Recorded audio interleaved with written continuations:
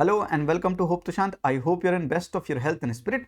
आज की इस वीडियो में मैं इकोनॉमी से रिलेटेड 2022 के जितने भी सवाल हैं सीडीएस में 1-2 दोनों मिलाकर, सीएपीएफ में, यूपीएससी सिविल सर्विसेज एग्जामिनेशन के प्री में जितने भी सवाल पूछे गए हैं उन सबका एनालिसिस करेंगे। दिस इज यूपीएससी इकोनॉमी महा एनालिसिस। कहीं पर आपको नहीं मिलेगा ऐसा एनालिसिस, एक जगह पर आपको सब कुछ मिल जाएगा, ऑल इन वन।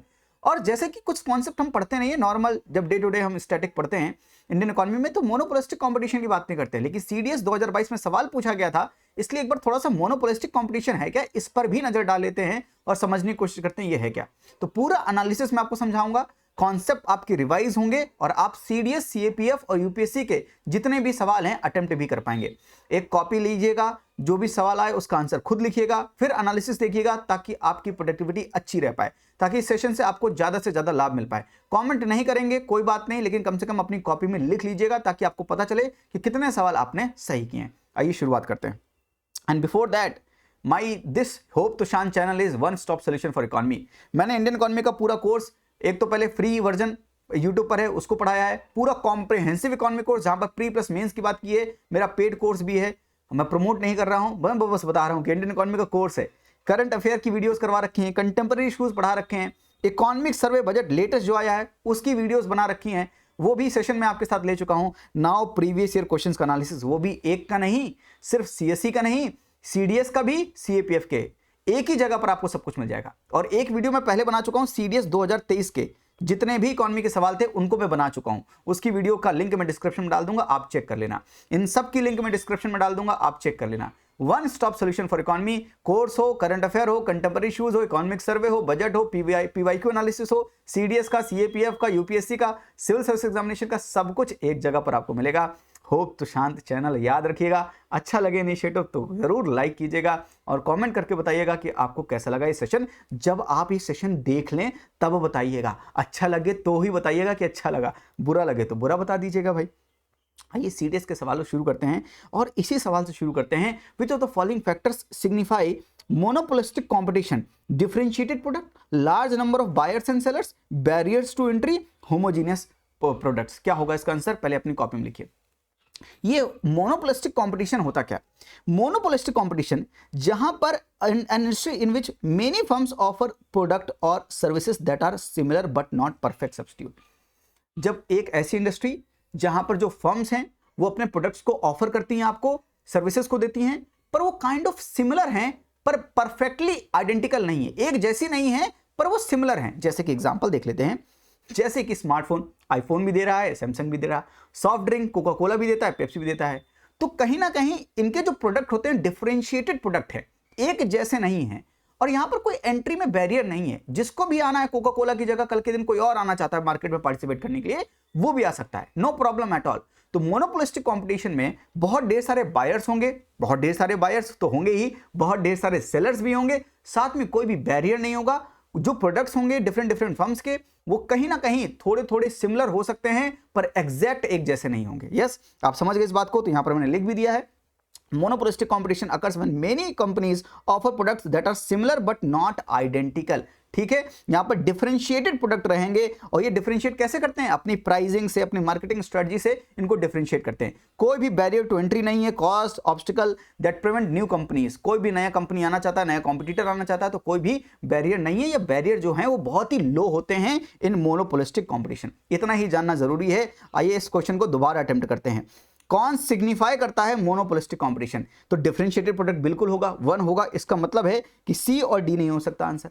अब 1-2 दोनों होंगे। थर्ड देखना, barrier to entry, barrier to entry होता नहीं है, इसका मतलब है कि ये नहीं हो सकता। Answer is 1-2। 1-2 मतलब बहुत ढेर सारे बायर्स एंड सेलर्स होंगे एंड डिफरेंशिएटेड प्रोडक्ट होंगे, सिमिलर होंगे पर आइडेंटिकल नहीं होंगे। आई होप कि यहां से आप कॉन्सेप्ट भी सीख गए, साथ में समझ गए कि इस तरह से सवाल यूपीएससी सीडीएस में पूछ सकता है, तो why not civil services examination. Yes, आइए नेक्स्ट सवाल की तरफ चलते हैं। बड़ा प्यारा सवाल है एफडीआई के बारे में। किसको एफडीआई कहा जाएगा? याद है एफपीआई क्या होते हैं, एफडीआई क्या होते हैं? कैपिटल मार्केट, आई होप कि आपको समझना। Current account, capital account. Capital account में आप देखते हैं, yes, foreign direct investment and foreign company buying shares in a stock exchange in India. 10% के ऊपर होना चाहिए, लेकिन यहां पर स्पेसिफाई नहीं कर रहा है कि 10% के ऊपर है। दैट मींस कि वो एफपीआई भी हो सकता है, फॉरेन पोर्टफोलियो इन्वेस्टर भी हो सकता है, ये नहीं हो सकता। Foreign country pension fund investing in stock exchange, ये भी नहीं हो सकता। Foreign merchant banker buying shares from Indian stock market, कितने शेयर्स, कितने के, 10% ऊपर है, वो लिमिट नहीं पता, इसलिए सर्टेनिटी नहीं है। लेकिन foreign entity setting up an educational institution in India is an FDI.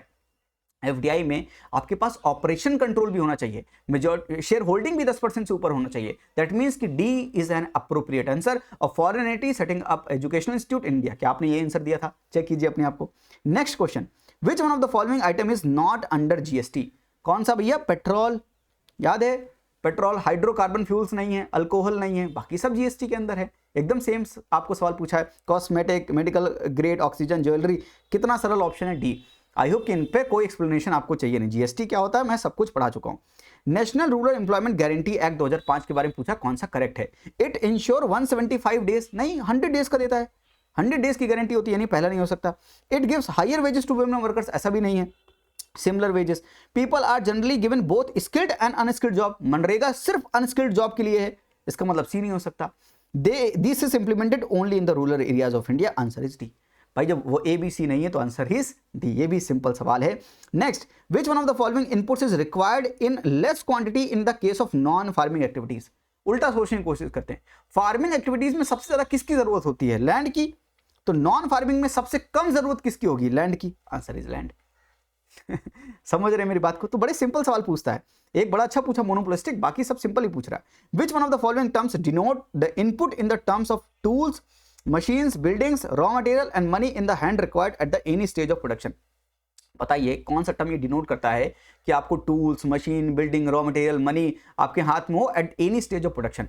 Fix capital तो नहीं कहेंगे क्योंकि कुछ कैपिटल तो चेंज होती रहेगी, रॉ मटेरियल की कॉस्ट चेंज होती रहेगी, तो फिक्स कैपिटल नहीं कह सकते हैं। वर्किंग कैपिटल नहीं कह सकते हैं। फिजिकल ह्यूमन कैपिटल बिल्कुल नहीं कह सकते हैं क्योंकि ह्यूमन कैपिटल अलग है, यानी ये सब क्या है? These all are physical capital. Physical capital मतलब machine, building, raw material, money, ये सब क्या है? फिजिकल है। They all are physical capital. Yes. And who among the following first mooted the idea of deficit financing? ये deficit financing के ऊपर UPSC बड़ा इंटरेस्टेड रहता है, बहुत ढेर सारे सवाल पूछता है डेफिसिट फाइनेंसिंग से, लेकिन यहां पर बड़ा फैक्चुअल सवाल पूछा क्योंकि ये सीडीएस का एग्जाम है। फर्स्ट मूटेड आइडिया किसने किया था? जॉन मैनार्ड कीन्स ने। ठीक है, तो इनका नाम याद रखिएगा, वैसे पूछा नहीं जाएगा सिविल सर्विसेज एग्जामिनेशन में, पर सीडीएस का पहला जो पेपर था उसमें ये सवाल पूछे गए थे। मैंने सारे कवर करवा लिए, आई होप कि आपने जवाब सही दिए होंगे। आइए चलते हैं यूपीएससी प्री 2022 के सवालों पे। अरे बाप रे बाप, अब यहाँ पर पूरा कॉन्सेप्चुअल गेम है। जब आप ये सवाल लगा रहे हैं तो आपको समझ में आएगा कि सीडीएस में कैसे पूछ रहा है, यूपीएससी में कैसे पूछ रहा है। आपको पैटर्न समझ में आएगा, आपको एरियाज समझ में आएंगे, कौन से एरियाज इंपॉर्टेंट है। इसलिए बहुत इंपॉर्टेंट है कि आप साथ में करते चले, एरियाज को आइडेंटिफाई करते चले। With reference to the Indian economy, consider the following statement. If the inflation is too high, RBI is likely to buy government securities. अच्छा, अगर इन्फ्लेशन बहुत ज्यादा है तो लोगों के हाथ में पैसा बहुत ज्यादा है, डिमांड बहुत ज्यादा कर रहे हैं, सप्लाई उतनी नहीं है, तभी इन्फ्लेशन है। अगर आरबीआई गवर्नमेंट सिक्योरिटीज लोगों से बाय कर लेगा तो लोगों को पैसा देगा। अरे कोई चीज कोई बाय करेगा तो पैसा तो देगा। आरबीआई ने मुझसे कहा कि गवर्नमेंट सिक्योरिटीज मुझे दे दो, मैंने उसको गवर्नमेंट सिक्योरिटीज, उसने मुझे पैसा दिया, मेरे हाथ में पैसा आया, मैंने और डिमांड की, इन्फ्लेशन और बढ़ गया। मतलब ये नहीं है, अगर इन्फ्लेशन ज्यादा है तो आरबीआई को क्या करना चाहिए? सेल करना चाहिए गवर्नमेंट सिक्योरिटीज। पहला आंसर हो नहीं सकता, आंसर इज 23। आपको एग्जामिनेशन में अगर आप 2000% श्योर हैं ए पर, नंबर 1 पर, आपको कुछ सोचना ही नहीं है, आपको आंसर लगाना, आगे बढ़ना है। ये दोनों चेक नहीं कर रहे हैं रियल एग्जामिनेशन में, ये ब्लंडर मत कीजिएगा, आपका टाइम यहां बर्बाद होता है। कहते हैं ना दूसरी तीसरी बार हम कैसे रिवाइज, कैसे अपनी कॉपियों को, कैसे अपने आंसर को चेक करें, कैसे गो थ्रू हो। आप 2 और 3 में पहली बार में लगे रहते हैं। अगर आप 1 पर प्योर श्योर हैं, गवर्नमेंट सिक्योरिटीज बाय करने से रुपया पंप होता है, मनी सप्लाई पंप होती है, जिसकी वजह से इन्फ्लेशन आएगा, मतलब 1 नहीं हो सकता। आंसर इज 2 और 3, आगे बढ़ गए। पर क्योंकि एनालिसिस है, मैं आपको समझाऊंगा। If the rupaya is rapidly depreciating, RBI is likely to sell dollar in the market. रुपया डेप्रिशिएट हो रहा है, रुपया डेप्रिशिएट हो रहा है, दैट मींस कि डॉलर बहुत कम है। डॉलर अगर कम है तभी रुपया डेप्रिशिएट हो रहा है। डॉलर को बढ़ाना पड़ेगा, अगर डॉलर को बढ़ाना है तो आरबीआई को डॉलर सेल करने पड़ेंगे, इंजेक्ट करने पड़ेंगे। डॉलर जब बढ़ेगा तो रुपया रीवैल्यूएट होने लगेगा। जब मार्केट से होता है, मार्केट डिटरमाइंड फोर्सेस होता है, तो क्या बोलते हैं? Depreciation and appreciation. जब आरबीआई आता है अंदर, क्या कहते हैं उसको हम, कौन सी हमारी एक्सचेंज रेट है? It's a managed floated exchange rate system. RBI आएगा और थोड़ा सा मैनेज करने की कोशिश करेगा, तो हम क्या बोलते हैं? Revaluation and डीवैल्यूएट।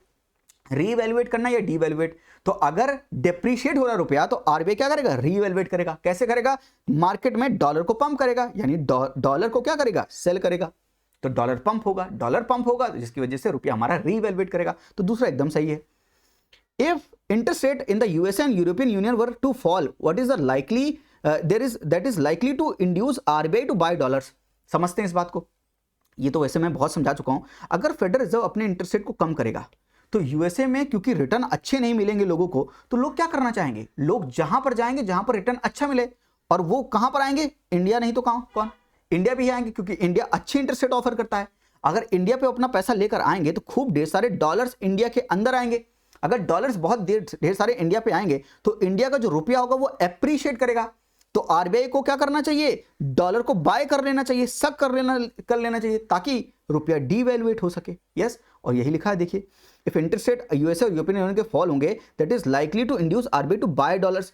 आरबीआई अगर डॉलर्स बाय नहीं करेगा तो एक्सेस जो डॉलर हमारे पास आ गए हैं, जिसकी वजह से रुपया हमारा एप्रिशिएट हो रहा है, तो रुपया को डीवैल्यूएट करना पड़ेगा, क्योंकि डेप्रिसिएशन होगा या डीवैल्यूएशन होगा, जिसकी वजह से रुपया, एक्सपोर्ट हमारी चीपर होते हैं, इंपोर्ट कॉस्टली होते हैं। ये कॉन्सेप्ट आपने पढ़ रखा। तो एक्सपोर्ट अगर चीपर होंगे तो हमारा रुपया कॉम्पिटिटिव ज्यादा होगा, हमारा products, goods and services international market में कॉम्पिटिटिव होंगे, तो अच्छी बात है। मतलब दूसरा और तीसरा एकदम सही लिखा है। ये कॉन्सेप्चुअल अंडरस्टैंडिंग है, इनके ऊपर पूरा का पूरा एक सवाल अकेले बनाया जा सकता है, इसलिए मैं पूरा डेप्थ में जाकर आपको कॉन्सेप्ट भी समझा रहा हूं। अगर आप पहला स्टेटमेंट देखें, इन्फ्लेशन को कंट्रोल करने का काम किसका है, आरबीआई का, यही दिया हुआ है। स्टेटमेंट गलत है पर दिया यही है। अगर आप एक दूसरा सवाल देखें यूपीएससी प्री 2022 का, in India which one of the following is responsible for maintaining price stability by controlling inflation. RBI कह रहा है मैं नहीं तो कौन बे, है कौन इधर, है कौन भाई यही तो दिया था पहले वाले में। मतलब एक सवाल आपको दूसरे सवाल में मदद कर रहा है आंसर लाने में, बाकी सब बकवास है। इन्फ्लेशन कंट्रोल किसका काम है, रिजर्व बैंक ऑफ इंडिया का। इससे सरल सवाल मैंने अपनी जीवन में नहीं देखा। Next, in India credit rating agencies are regulated by Reserve Bank of India. तो फिर सेबी तुम क्या कर रहे हो, security exchange board of India, तुम्हारा काम है ये सब करना। मतलब पहला ऑप्शन गलत है। अगर पहला गलत है तो आंसर आ गया 2 और 3। Elimination has been eliminated where sir, किधर, बस 1 पेयर 2 पेयर के जितने सवाल आ गए उसमें आप छाती पीट पीट कर रो रहे हैं कि सब कुछ जीवन बर्बाद हो गया, बाकी आपके सारे में सारे नंबर आ रहे हैं क्या। आप ये देखो ना कहां एलिमिनेशन एलिमिनेट हुआ है। आप एलिमिनेशन लगाइए, पहला गलत है, आंसर आ गया 2 और 3। आपसे यूपीएससी उम्मीद भी नहीं करता। एग्जामिनर का माइंडसेट समझो, वो सिर्फ आपसे ये चाहता कि आपको 1 पता होना चाहिए, अदरवाइज वो ऐसे फ्रेम करके आपको एलिमिनेशन नहीं करवाता। अगर उसको चाहिए कि दूसरा तीसरा भी आपको पता हो, 1 जानबूझ के आपको बताया कि उसको सिर्फ रिक्वायर्ड ये थी कि आप डरे नहीं इनको पढ़कर, क्योंकि इनके बारे में कोई नहीं जानता कि brick work rating is an Indian credit rating agency, किसी को नहीं पता। मतलब वो सिर्फ ये चाहता था, यूपीएससी का एग्जामिनर का माइंडसेट समझना बहुत जरूरी है। ये गेम सिर्फ नॉलेज का नहीं है, ये सिर्फ राइट माइंडसेट का गेम भी है sir. Knowledge plus right mindset, इसीलिए मैं अपना प्रीलिम्स माइंडसेट बिल्डर प्रोग्राम चला रहा था, है ना। मैं प्रमोशन नहीं कर रहा, मैं बता रहा हूं कि मैंने चलाया क्यों, क्योंकि मैं समझ रहा हूं इस बात को कि नॉलेज बहुत लोगों के पास है पर राइट माइंडसेट की जरूरत होने। In India credit rating agencies are regulated by SEBI, इसलिए पहला गलत है, आंसर 2 और 3 आपको पढ़ना ही नहीं है। बाकी कि पब्लिक लिमिटेड है या प्राइवेट लिमिटेड है किसी नहीं पता। आप मेरी बात समझ रहे हैं। Yes, with reference to bank board bureau, बहुत ध्यान से पढ़ो, बैंक बोर्ड ब्यूरो कौन सा स्टेटमेंट करेक्ट है। आरबीआई का गवर्नर चेयरमैन होता है बैंक बोर्ड ब्यूरो का। अच्छा, आरबीआई के गवर्नर श्री शक्तिकांत दास साहब अगर अभी गवर्नर हैं तो वो बैंक बोर्ड ब्यूरो के चेयरमैन होंगे, ऐसा पहला स्टेटमेंट बोलता है। अच्छा, इनका काम क्या होता है, bank board bureau recommends for the selection of the heads of the public sector bank. ये पब्लिक सेक्टर बैंक के हेड्स को बनाता है, इनको रिकमेंड करता है। मतलब आरबीआई बैंकों को रेगुलेट करता है, बैंकों के हेड को अगर बैंक बोर्ड ब्यूरो रिकमेंड कर रहा है, जिसका चेयरमैन आरबीआई है, तो कहीं ना कहीं आपको दिख रहा है सेपरेशन ऑफ पावर किधर है। फिर मेरी बात समझ रहे हो। तो आरबीआई को तो ये काम नहीं करना चाहिए। गवर्नर आरबीआई का गवर्नर जो है चेयरमैन नहीं हो सकता बीबीबी का, यानी पहला स्टेटमेंट गलत है, क्योंकि आप जिसको रेगुलेट कर रहे हैं उसी के हेड्स को आप ही सिलेक्ट कर रहे हैं। कैसा काम चल रहा है ये, तो 1 नहीं हो सकता। इसका मतलब है आंसर क्या होना चाहिए, 2 और 3। या तो 1 सही होता है तो 2 सही होता, 1 गलत है तो दूसरा सही है, दूसरा सही हो तो अपने आप एलिमिनेशन लगा, आंसर आ गए। क्योंकि आपको ये बीबीबी के बारे में तो पता ही है, ये तो करता है, इसलिए आंसर 2 और 3। 3 क्या है, BBB helps public sector bank in developing strategy and capital raising plans. अगर दूसरा सही है तो तीसरा भी सही है, they are inter related. Yes, तो आंसर इज 2 और 3। I hope you are getting my point. Rapid financing instrument, rapid credit facility किससे रिलेटेड हैं। आईएमएफ में non concessional lending by IMF होती है, rapid financing instrument, flexible credit line, stand by arrangement, precautionary and liquidity line, extended fund facility. इसके ऊपर सवाल पूछा UPSC की प्री में, इसके ऊपर सवाल पूछा है सीडीएस में, मैं भी आपको दिखाऊंगा एक्सटेंडेड फंड फैसिलिटी के बारे में। आईएमएफ से ये सब पूछ क्यों रहा है? क्योंकि अभी श्रीलंका क्राइसिस में है, पाकिस्तान क्राइसिस में है, जो भी नेशन बैलेंस ऑफ पेमेंट की क्राइसिस में रहता है, वो रेट ऑफ एक्सचेंज की क्राइसिस में रहता है, आईएमएफ उनकी हेल्प करता है। इसलिए सवाल पूछा, इसका आंसर क्या है? International monetary fund. Yes. Next, foreign owned e commerce firms operating in India, which of the following statement is are correct? They can sell their own goods in addition to offering their platform as a marketplace. मतलब market place हम बना रखे जहां पर सब कोई अपना सामान लाकर बेच सकता है और हम अपना खुद का सामान बेच रहे हैं, ऐसा अलाउड नहीं है हमारे केस में, ये अलाउड नहीं है। लेकिन अगर आपके यहाँ कोई सामान बेच रहा है, लेट्स से ये मार्केट प्लेस है अमेजन, इस पे वाई कंपनी जो है अपना सामान बेच रही है, इस वाई कंपनी में मैं शेयर होल्डिंग ले सकता हूं, लेकिन वो भी लिमिटेड शेयर होल्डिंग भी लिमिटेड ले सकता हूं। The degree to which they can own big sellers on their platform is limited. ये बात एकदम सही है, आंसर इज 2 ओनली।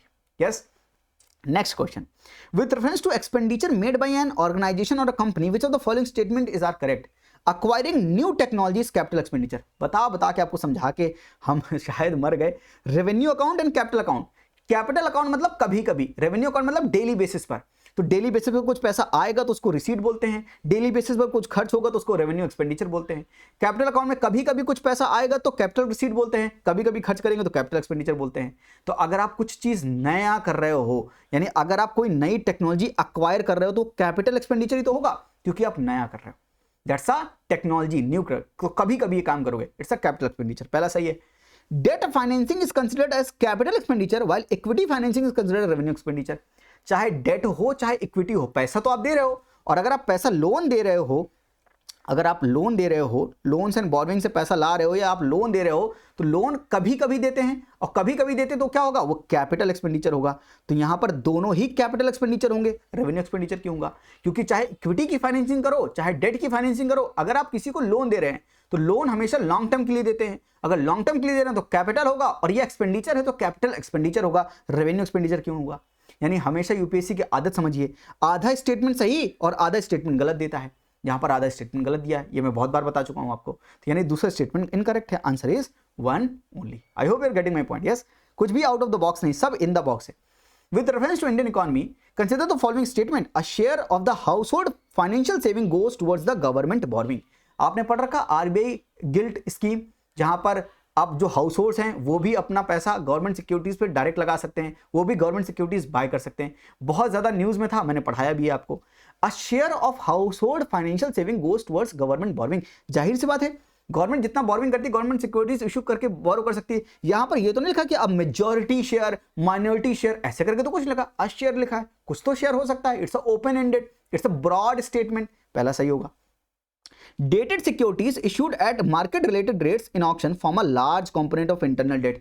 ये तो हमें पता है कि हमारा एक्सटर्नल डेट तो बहुत कम है। इकोनॉमिक सर्वे बोल बोल के आपको मर गया कि हमारा एक्सटर्नल डेट बहुत ज्यादा कम है, जितना है हमारा इंटरनल डेट है। और मैंने आपको पूरा का पूरा ये इकोनॉमिक सर्वे पिछली बार पढ़ाया भी था, है ना, 2022 के पेपर में आ रहा है, कहीं बाहर से नहीं आ रहा है। सब economic survey, budget, static economy, conceptual चीजों से आ रहा है, सारे कॉन्सेप्चुअल सवाल है, कुछ भी अलग नहीं आ रहा। इंटरनल डेट देखिए, मार्केटेबल सिक्योरिटीज देखिए, आपको पता चलेगा कि इंटरनल डेट कितना है, 99% इंटरनल डेट है। एक्सटर्नल डेट बड़ा हमारा कम है, कितना, 6.15 lakh crore rupees. Yes, 99 lakh crore rupees is our internal debt, 6 lakh crore is our external debt. कितना कम है, इसका मतलब है कि ये भी सही स्टेटमेंट है। आंसर इज बोथ 1 and 2, ये लार्ज कंपोनेंट बनाता है। Yes.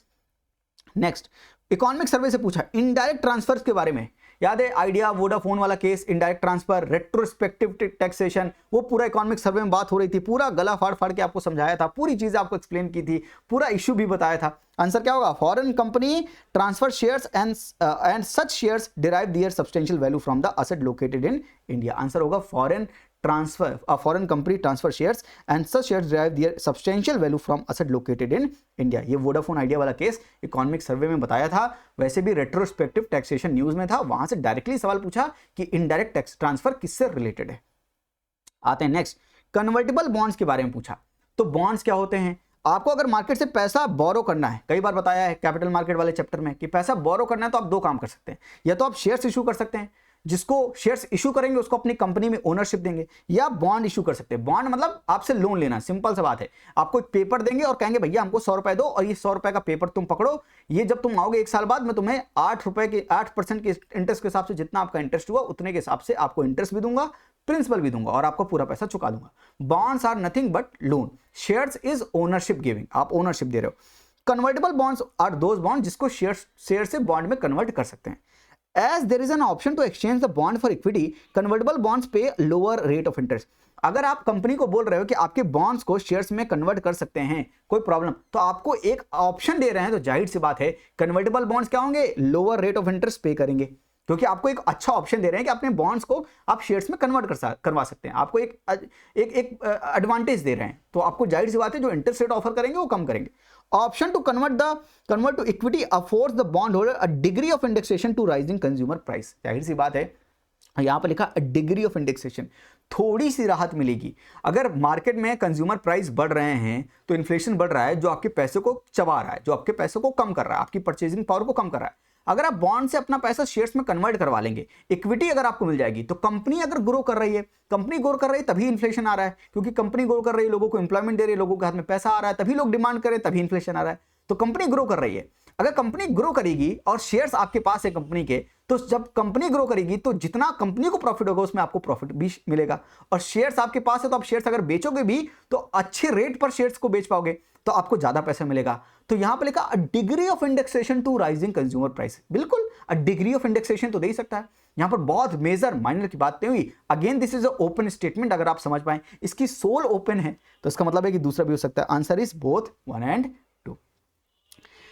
Tight monetary policy of US Federal Reserve could lead to capital flow. Tight मतलब फेडरल रिजर्व जो है अपने इंटरेस्ट रेट को बढ़ा रहा है। अगर यूएसए का बैंक फेडरल बैंक अपने इंटरेस्ट रेट को बढ़ाएगा तो वहां पर अच्छा इन्वेस्टमेंट मिलेगा। जो सवाल किया था उसका जस्ट उल्टा, पहला सवाल देखो और ये वाला सवाल देखो। अगर फेडरल रिजर्व अपने इंटरेस्ट रेट बढ़ाएगा तो जो हमारे फॉरेन पोर्टफोलियो इन्वेस्टर होंगे जो यहां पर इंडिया में पैसा लगाकर बैठे हैं, वो बोलेंगे अरे अमेरिका में अच्छा इंटरेस्ट रेट मिल रहा है, चलो वहां चलते हैं, इंडिया में क्यों लगाना है। इंडिया वैसे भी डेवलपिंग है और अमेरिका की इकॉनमी इतनी स्ट्रांग है, $22 ट्रिलियन की इकॉनमी है, इंडिया की $3 ट्रिलियन की इकॉनमी है। तो जहां पर इंटरेस्ट रेट मिले, जहां पर अपना इन्वेस्टमेंट सेफ रहे, आप वहां पैसा लगाना चाहोगे। तो अगर फेडरल रिजर्व अपने इंटरेस्ट बढ़ाएगा तो जाहिर सी बात है हमारे यहां से कैपिटल का आउटफ्लो होता है। ये तो हमने इकोनॉमिक सर्वे और हम नॉर्मल इकोनॉमी में पढ़ते हैं। तो कैपिटल का आउटफ्लो होगा, तो यही लिखा है कि tight monetary policy of US Federal Reserve could lead to capital flight. बिल्कुल, कैपिटल फ्लाइट में increase the interest of cost of firm with existing external commercial borrowing. External commercial borrowing का मतलब है कि आप बाहर से जाकर कितना पैसा बोरो करके लाए हो। लेट्स से हमने अमेरिका से $50 बोरो किए और अगर एक्सचेंज रेट चल रहा है $1 इक्वल टू 50 रुपीज, तो मुझको 2500 रुपए लगेंगे $50 में कन्वर्ट करने के लिए।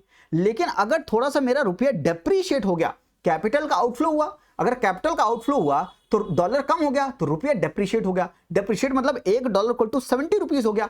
अब 70 रुपीज हो गया तो $50 देने के लिए मुझे 3500 रुपए चाहिए।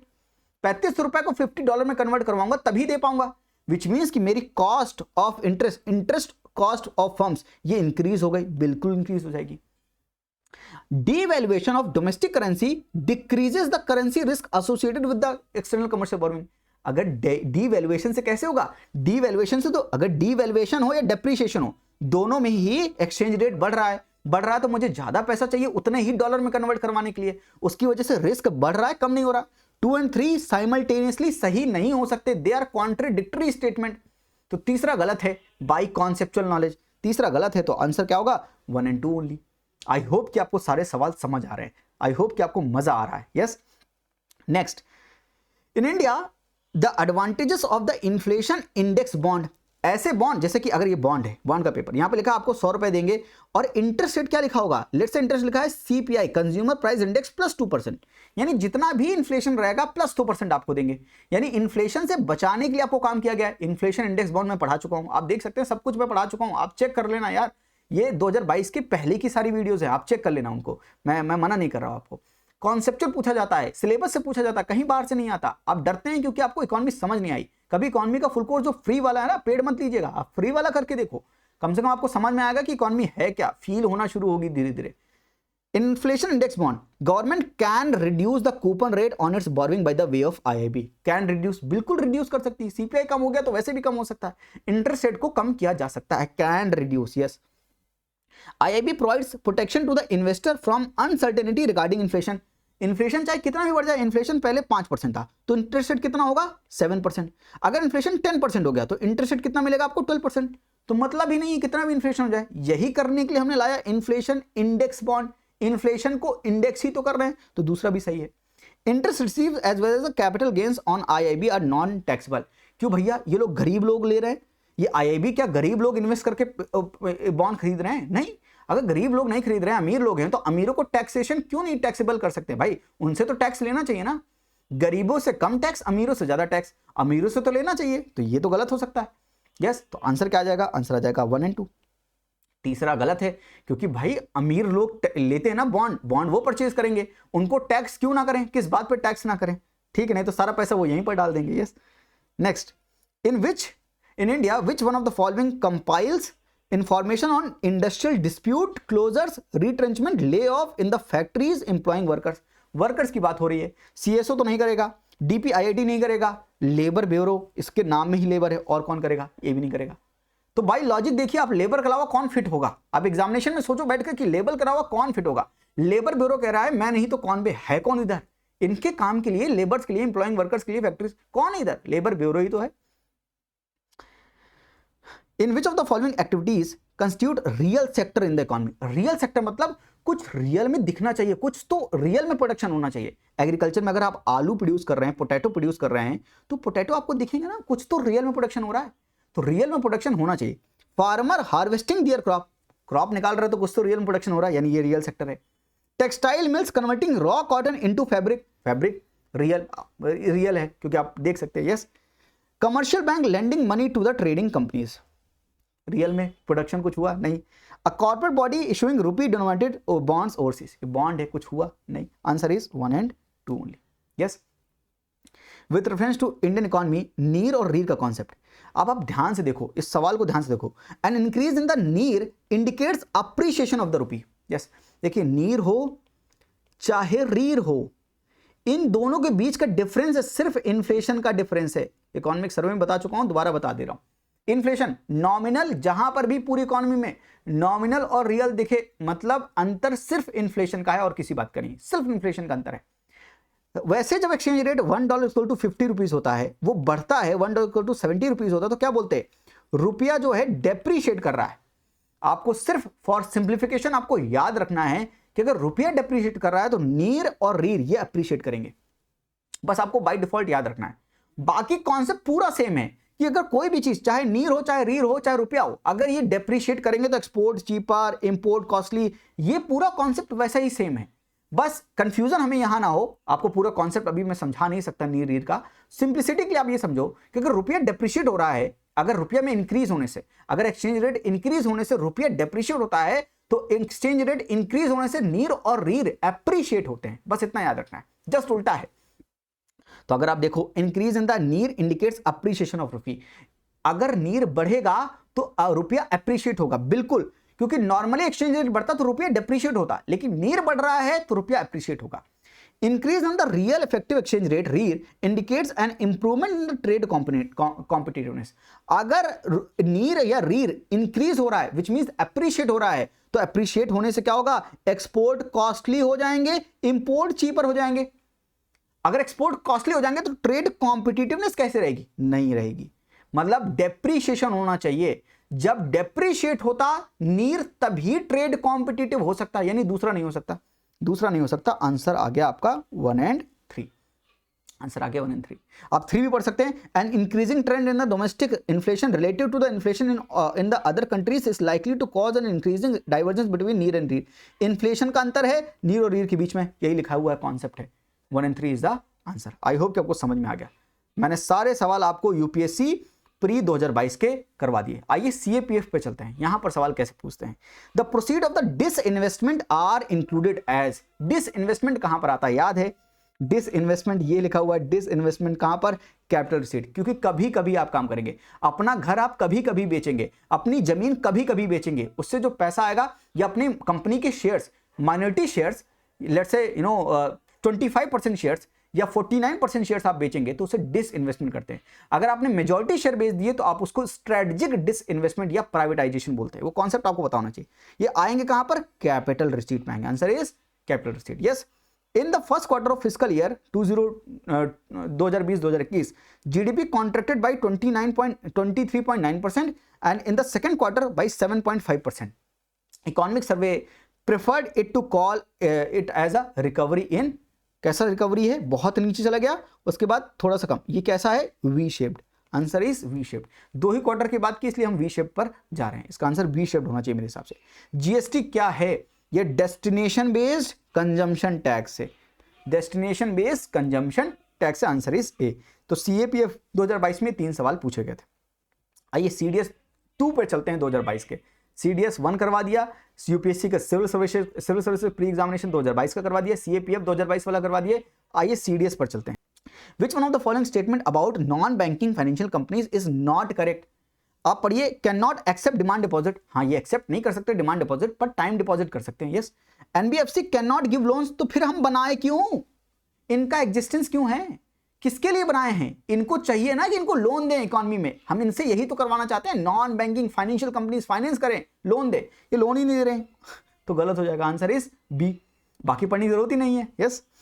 Next, department for promotion of industry and internal trade has revised the base year index of 8 core industries having a combined weightage of this. बताइए कौन सी 8 कोर इंडस्ट्रीज नहीं है? मतलब ये फालतू लिखा है। अगर यहां से लिख देता कि विच one of the following is not 8 core industries, तो सिंपल सवाल ही यही है कि कौन सी नहीं है। आपको पता है सी फ्रेंड्स करके मैंने आपको पढ़ाया है। यस। इसका मतलब क्या था? रबर प्रोडक्ट ये 8 कोर इंडस्ट्रीज में नहीं आता है। सी फ्रेंड्स आता है, यानी कोल आ गया, सीमेंट आ गया, fertiliser, refinery products, electricity, natural gas, steel, ये सब कुछ आता है। सीमेंट आता है, ये सब कुछ आता है। Yes. Which one of the following forms of money supply is considered as the most widely used in the Indian monetary system? बताइए भैया, M1 यूज करते हैं, M2 यूज करते हैं, M3 एंड M4। ये सवाल आपके लिए, इसका आंसर आप लोग कॉमन बताएंगे। बाकी आप आंसर बता रहे हैं, लेकिन इसका आंसर आपको कौन बताना है, क्योंकि ये सबसे सरल सवाल है। ई रुपी के बारे में पूछ रहा है। Maximum amount of E rupees is 1 lakh. Okay, देखते हैं। Beneficiary can receive E rupee without having a bank account. ये तो हम जानते हैं कि बैंक अकाउंट की जरूरत नहीं, वो तो मोबाइल में आपके साथ कूपन आ सकता है। To receive e-rupee on mobile phones, beneficiary needs a smartphone with internet connection. अरे फिर गरीबों के लिए क्या करेंगे? गरीबों को ही तो देते हैं सब्सिडीज, गरीबों के लिए तो किया है ताकि वेस्टेज कम हो, डायरेक्टली उन तक पहुंचे पैसा। अब उनको स्मार्टफोन खरीदवाओ, फिर इंटरनेट कनेक्शन दो, उसके बाद ही हो पाएगा। तो आप कॉम्प्लेक्स कर रहे हैं। ऐसा नहीं होना चाहिए। कूपन मिले और आप सीधे दुकानदार के पास जाओ, जो सामान आपने खरीदा कूपन रिडीम कराओ, बात खत्म हो जाए। Very simple. तीसरा नहीं होना चाहिए। तो क्या होगा आंसर? 1 and 2 only. दोनों ही सही हैं, 1 and 2 only. India has achieve 10% ethanol blending much ahead of the target date. Which one of the following greatly benefit from this? Ethanol कहां से निकलेगा? शुगर इंडस्ट्रीज से बनाएंगे, है ना। तो आंसर इज शुगर इंडस्ट्री। तो शुगर इंडस्ट्रीज को बहुत फायदा भी होता है, बहुत लॉसेस में चलती हैं sugar industries firms because of FRP। वो पूरा कॉन्सेप्ट आपको पता होना चाहिए, क्या लूप है, वो सारा लूप आपको पता होना चाहिए। आई होप कि ये रहे सीडीएस के सवाल। अच्छा, कुछ सवाल और हैं। Government is promoting Kisan drone spraying weedicides, digitalisation of the land records, crop assessment. किसके लिए किसान ड्रोन होंगे? ऑफिशियली जो है इनको स्प्रे करने के लिए तो नहीं बनवाएंगे। हमको लैंड का डिजिटलाइजेशन करना है। गवर्नमेंट के पर्सपेक्टिव सोचिए, क्रॉप का असेसमेंट करना है। गवर्नमेंट के लिए ये प्रायोरिटीज होंगी, क्योंकि आंसर में 1 2 3 नहीं है। कर तो ये सब कुछ कर सकता है, लेकिन गवर्नमेंट क्यों प्रमोट कर रही है किसान ड्रोन? ताकि हम डिजिटलाइजेशन कर सके लैंड रिकॉर्ड का, रूरल लोगों का लैंड जो है वो हम डिजिटलाइज कर सके, ताकि हमें पता हो जितने भी सूट्स चलते रहते प्रॉपर्टी सूट्स, उनका भी निपटारा हो सके। क्रॉप का असेसमेंट बेहतर होगा तो हम बेहतर पॉलिसीज बना पाएंगे। तो आंसर इसका होना चाहिए 2 and 3। देखिए, मैं बोल रहा था सीडीएस में पूछा गया है एक्सटेंडेड फंड फैसिलिटी के बारे में। कौन होगा? International monetary fund. तो वहां पर पूछा RFI के बारे में, यहां पूछा EFF के बारे में। सीडीएस 2022 का ये सवाल है। स्विफ्ट, वो रशिया यूक्रेन वॉर के क्राइसिस में रशिया को स्विफ्ट से बाहर निकाल दिया गया। स्विफ्ट क्या था? एक मनी ट्रांसफर सिस्टम था, इंफॉर्मेशन को ट्रांसफर करने के लिए। अभी भी यूट्यूबर्स की जो भी सैलरी आएगी तो पहले एक मैसेज आता है कि आपके पास इतना पैसा आने वाला है ना, वो स्विफ्ट के जरिए होता है। यस। कैपिटलिस्ट इकोनॉमी कौन सी नहीं है? जहां पर सोशलिस्ट इकोनॉमी होगी वो कैपिटलिस्ट नहीं होगी। सिंपल सी बात है। सोशलिस्ट में सबको बांटेंगे, रिसोर्सेज का रैशनल डिस्ट्रीब्यूशन होना चाहिए। आप पढ़ो, there is a generalise commodity production, it has market value, है ना। Productive wealth is held predominantly in the private hand, capitalist economy private लोगों के पास होता है। Economic life is organised according to the market principles, है ना, demand supply. Economic organisation is based on the planning, a supposedly rational process for resource allocation, resource का allocation, socialist, it's not the capitalist. Answer is D. Among the following countries where did the idea of social market economy emerge in 1950s? Answer is Germany, it's too factual to be remembered, है ना। ऐसे सवाल UPSC नहीं पूछता है। तब भी मैंने आपको सीडीएस के पूरे सवाल करवा दिए, यूपीएससी के, सिविल सर्विसेज प्री 2022 के, सीडीएस 1 के, सीडीएस 2 के 2022 के, और सीएपीएफ के। ये सारे सवाल मैंने करवा दीजिए आधे घंटे के अप्रॉक्स में। आई होप कि आपको पूरा एनालिसिस समझ में आया, जो कॉन्सेप्ट हाईलाइट किए गए हैं इन क्वेश्चंस में वो कॉन्सेप्ट समझ में आए, और आपको ये पूरे चैनल का मकसद, इस वीडियो का मकसद समझ में आया। मैंने अपनी पूरी कोशिश की है कि जितना हो सके एक्सप्लेन करने की। बाकी आपके कॉन्सेप्ट स्ट्रांग होने चाहिए, इकॉनमी में कॉन्सेप्चुअल सवाल पूछे जाते हैं। अगर आपने मेरा कोर्स किया है, मैं आपको गारंटी से बता सकता हूं कि आपके मैक्सिमम एक सवाल गलत होगा इकॉनमी में, सही होने वाले हैं। अगर आपने कॉन्सेप्ट अच्छे पकड़ रखे हैं, आपके करंट एंड कंटेम्परेरी इश्यूज तैयार हैं, इकोनॉमिक सर्वे बजट आपने कर रखा है, पीवाईक्यू का ढंग से एनालिसिस कर रखा है, आपको इकॉनमी में एक भी मार्क्स नहीं कटेंगे। आज के लिए इतना ही। अच्छा लगे तो लाइक कर दीजिएगा, सब्सक्राइब कीजिएगा, दूसरों के साथ शेयर जरूर कीजिएगा। थैंक यू, नमस्ते, जय हिंद, टेक केयर, थैंक यू।